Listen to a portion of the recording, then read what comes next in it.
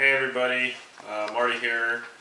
Just wanted to make a real quick private message for the audience out there without the boys being around to let you know some of the intentions that I have for this challenge.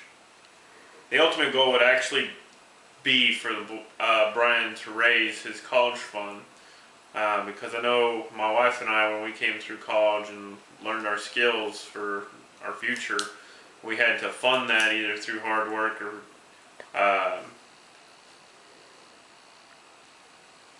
loan. Sorry about that. I had a brain fart there for a second. But basically, here recently I've noticed Brian coming home from school. He's in the 5th grade. All of his friends have iPhones, iPads, Xboxes, PlayStations, flat screen TVs, everything in their room. They want it now, and none of them are really working hard. They're not doing great in school. They just go about life having a lazy attitude, just expecting everything with no work or gratification, or even showing thanks for what they do get.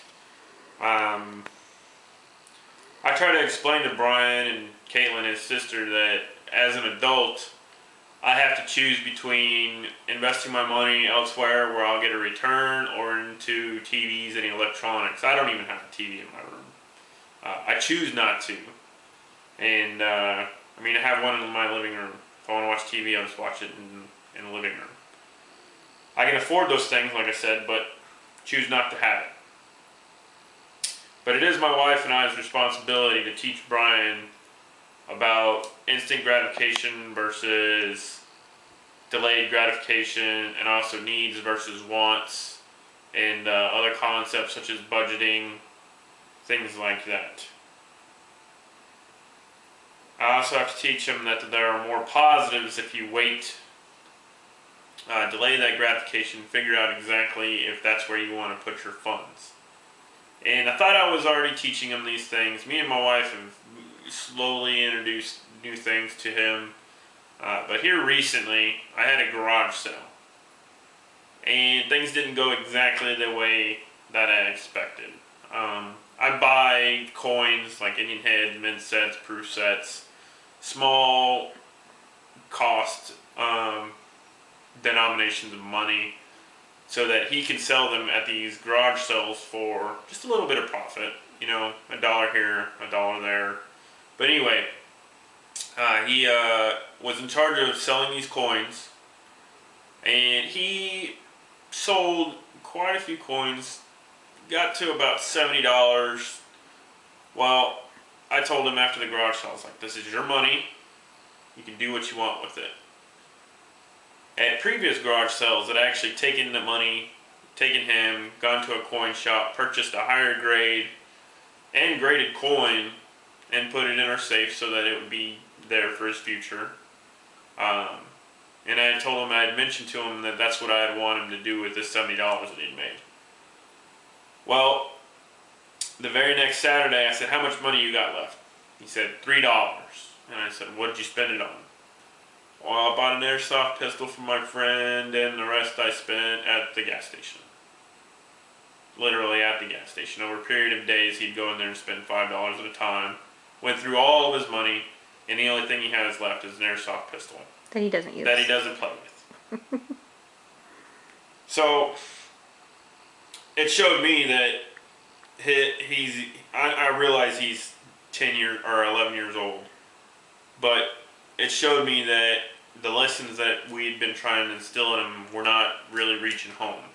That he has a lot of room to grow. I also realized that maybe how do I get or put these or teach him these lessons or instill them into his mind, subconscious mind a little bit better. And I thought between the videos that I watch and the garage selling and reselling that I do, I said, wait a minute, he's already going with me. Let me give him ownership, something that's his. Give him a direction and a goal let him see the ins and outs of where his money's spent, what the fees are associated with selling an item, how much profit he makes, and what the potential is for spending money on an item and getting more money back versus spending his money at the gas station. And like I said, the challenge is more to teach him or get him away from instant gratification. But if he can raise the type of money that he needs to get to his college fund, that'd be awesome.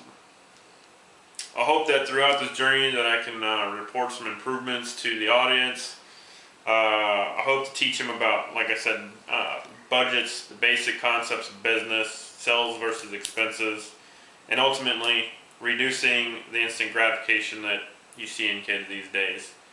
But on a very good positive note, Brian did make his very first sale tonight. He was super excited about it. He purchased an AT&T router that wasn't actually in the video.